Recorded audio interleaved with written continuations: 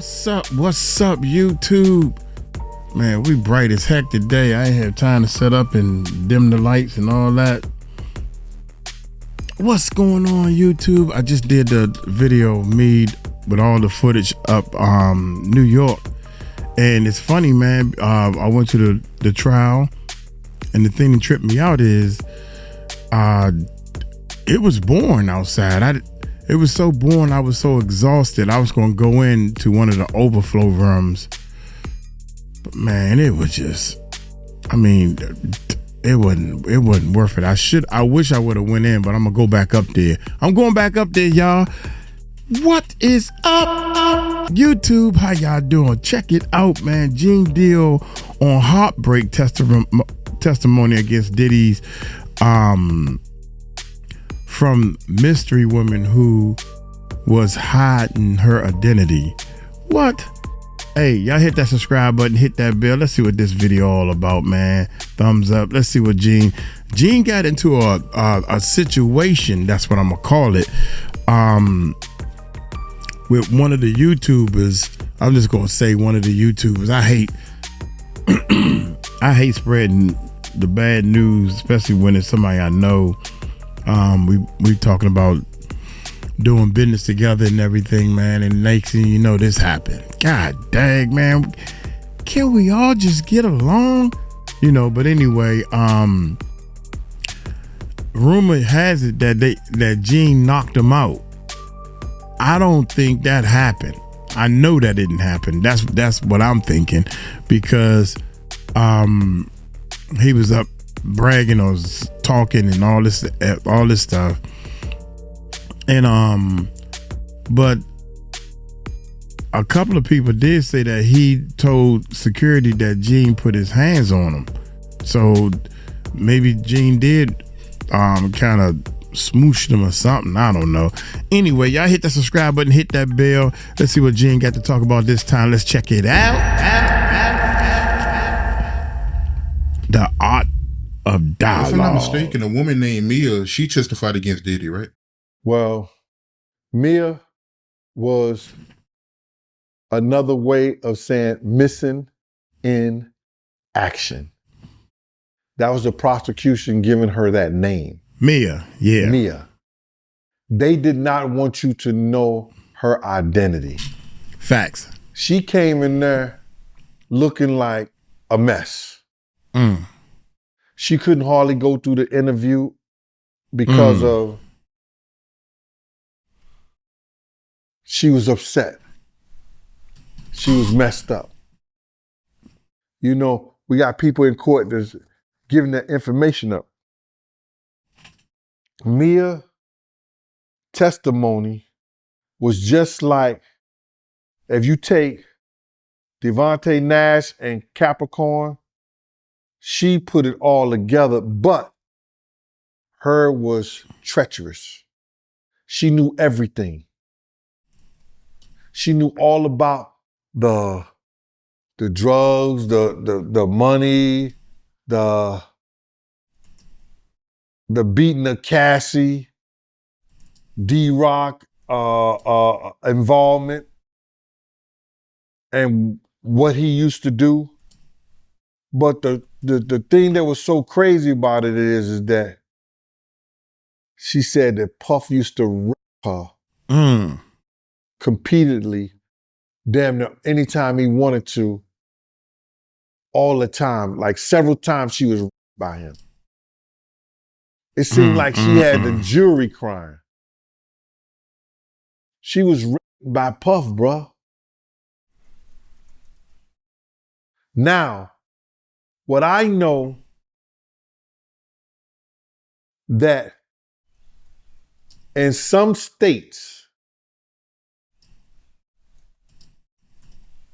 they do just like they do murder.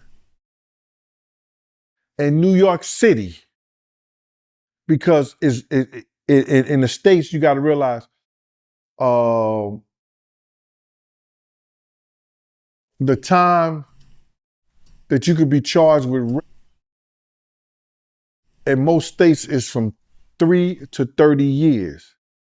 But there are 13 states that do the case just like it's murder. That there's no time limit on when you say or you come out and say somebody raped you. You understand what I'm saying? And New York State is one of them. So I was wondering, did she ever get raped in New York? Because if she did by Puff, the state could bring up that charges against him. That could be brought up against him. So now, this girl, the prosecution went through every step with her, and it was difficult because you could see the pain in her. You could see that she was scared. And it was some real emotional shit, bro, for people. That was,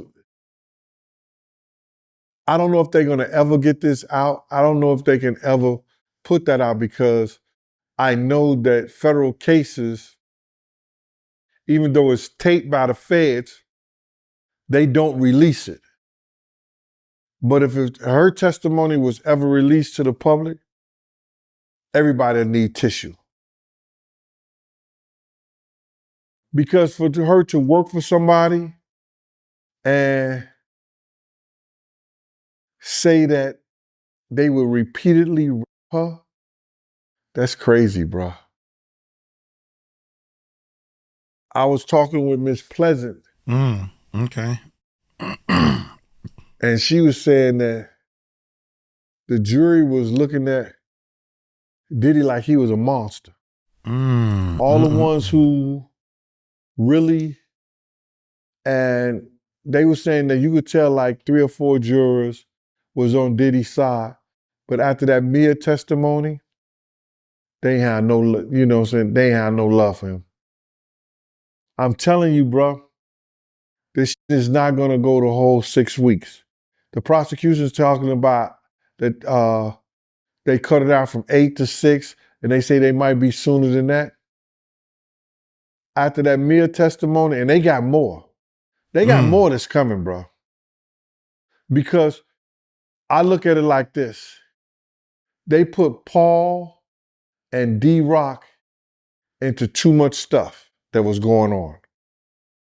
So either if they're not going to be charged as co-conspirators, they're going to be charged.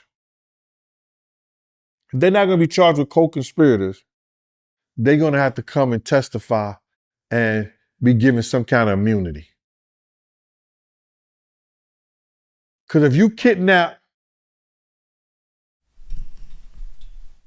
and hold somebody hostage, and Mia was hold hostage too at places. She testified to that too. So now, hold against her will, made to work 30, 40 hours. It's 24 hours in a day. She working 30, 40 hours straight. Yo, but she was held against her will on certain places and certain things. So if she mentioned D-Rock and Paul played a part of that stuff,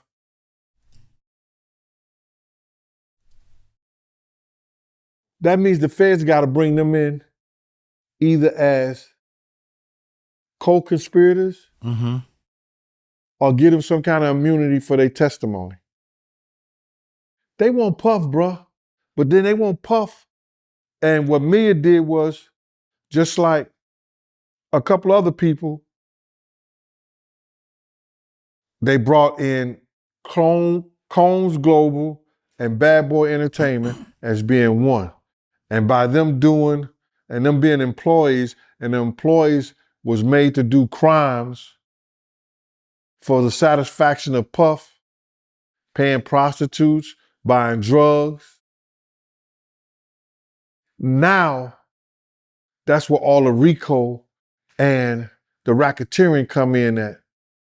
And those people that testified this week and some of last week show how the prosecution is slowly building the case so the jury could see that that's what was going on.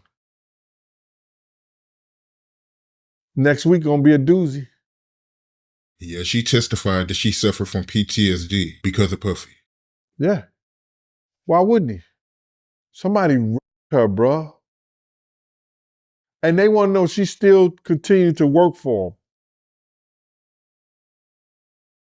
Some victims still, like I tell you, man, like, I guess that's the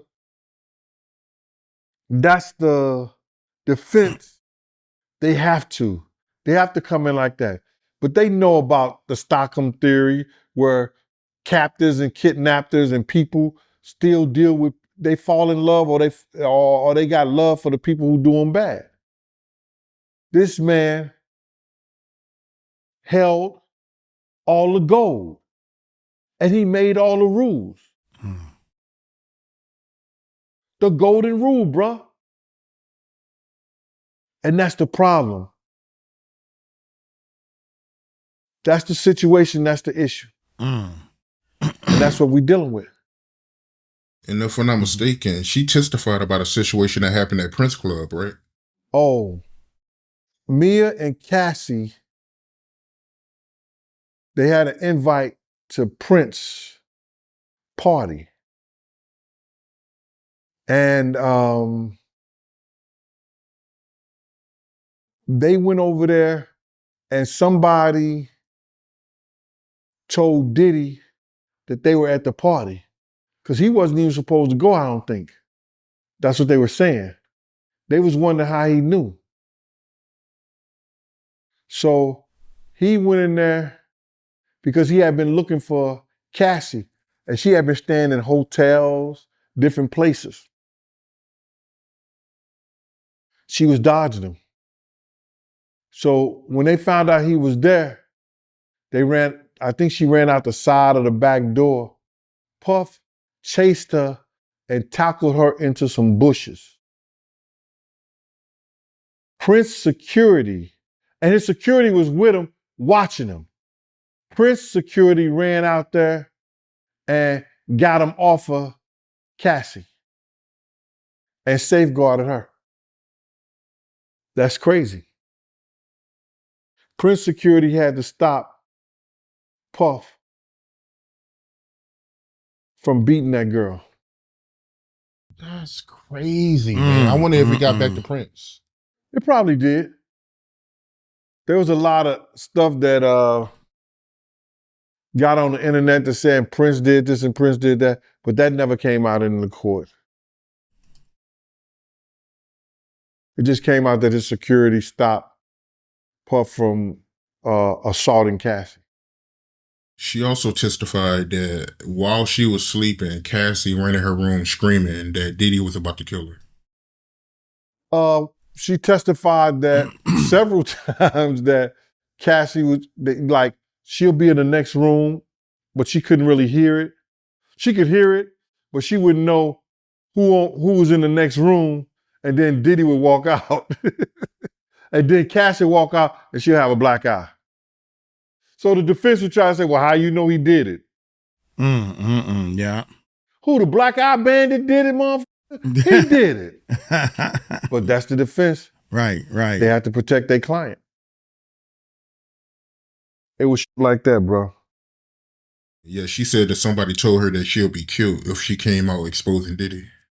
Well, that was a whole part of the whole part that she had D-Rock and some other people try to bribe her. And that's where the racketeering come in at. And the extortion and the racketeering. So that's why people who say that where's the racketeering, where's the what's the other thing? The criminal enterprise. When you taking your bodyguards and you taking people that work for you and you using them to commit crimes with your business, that's criminal enterprising. Extortion is against the law. This lady testified that she was being extorted. You understand? they was trying to pay her off, never to come out against Diddy with Cassie. Crazy, man. And she also testified that her knowing Diddy would get her out of speeding tickets. She told a story about how she called Diddy on speaker and the police let her go. You got to realize one officer testified that Diddy had moles in the LAPD. He was paying officers in the LAPD who was actually sometimes doing security for him, but they would let him know, or if one of his kids or anybody had a problem and stuff like that, because he was who he was paying them off. And one of the officers got on the stand, and one of the detectives or thing like that, and I think he made that clear, and they tried to object to that stuff like that, but that's what it was. So that's how they could get out of speeding tickets and everything like that, because he had people who was working inside of LAPD. And she did testify that she was in charge of the freak-offs, cleaning up and setting up the freak-offs. A lot of them was. All the personal assistants, he had 3 or 4 personal assistants. With all that freaking off, he needed more than one personal assistant. So they had a personal assistant, a chief assistant, and some other kind of assistant. And all of them was responsible for making sure that those hotel rooms and the freak-offs was cleaned up. It's no coming back from this, bro. This shit is ugly. It's ugly, it's nasty, and to know that somebody would do somebody else's child the way he was doing them, you understand? I don't see how people could say, oh, they knew what they was getting themselves into. I don't know if people ever understood when certain people, that's their livelihood and all they want to do is go to work, but somebody else make it difficult and ugly for them to come to work, and they have to go to work because they want to take care of their kids, they want to take care of their family, and they end up doing dumb shit like that. One last thing she testified about. She said that it was candle wax everywhere, broken glasses everywhere, and period blood everywhere. Well, we know in the testimony of Cassie that sometimes she was made to do stuff on her period. So when they had to clean up that stuff, they had to clean it up because the hotel was charged. The hotel manager said that they were charging Diddy anywhere from $500 to $1,000 from the cleanup. Even after they cleaned it up, it still had to be cleaned up by the hotel manager because they didn't clean it up good enough. Wow. I think they were just getting out a lot of stuff. I think Diddy probably took pride in how much money they had to pay after the freak off. You know what I'm saying? It's like, we did this freak off. God, we had to pay $10,000. Man, we must have really got freaky. Or we had to pay $20,000. Man, shoot, we was freaking it off. You know what I'm saying? He probably took pride in that, stroke his ego, because he had so much money. He didn't know what to do with it. That's crazy. They cleaned it up. It still had to be cleaned up by the hotel manager because they didn't clean it up good enough. They were just getting out a lot of stuff that they didn't want the people to see, the drug paraphernalia, all the alcohol and liquor and stuff like that. So they wasn't really doing a deep cleaning. Every hotel room afterwards needed a deep cleaning. And this is something that came out, right, in the testimony, that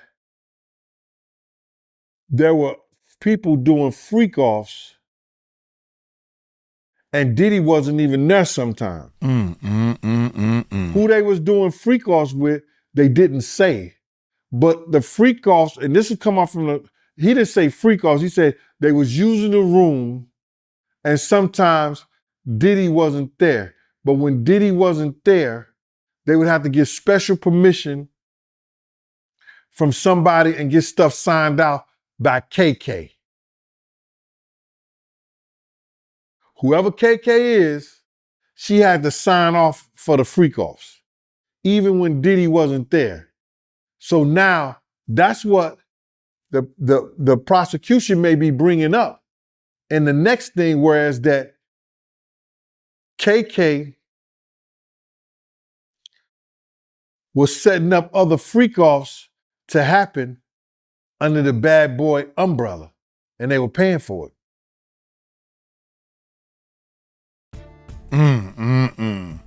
That's all they gotta show is that his companies, Rico, all they gotta show is the companies, he made the companies pay for the baby oil. He got receipts of the company paying for all this. See, to me, I don't know. It's gonna be kind of easy for them to show that the company was doing all this, because if you're running a company like this, you have to give yourself a salary. You have to give yourself a salary. You got to prove that everything you buy for yourself has came under that salary that you make. Does that make sense? See, I don't think y'all understand, because see, Uncle Mike ran a couple of businesses and stuff, and you know, your business, you live through your business. That's how the world, that's what I'm teaching rappers and everything in the World's Largest Rap Contest, because you have to learn how to live by everything through the business. Perfect example. And this is what my mentor taught me. Y'all pay attention now. I'm going to tell y'all something. Like buying toilet paper. Once you start a business and you incorporate your business, you don't have to buy any toilet paper for yourself. You don't have to buy that for yourself. Just an example, right?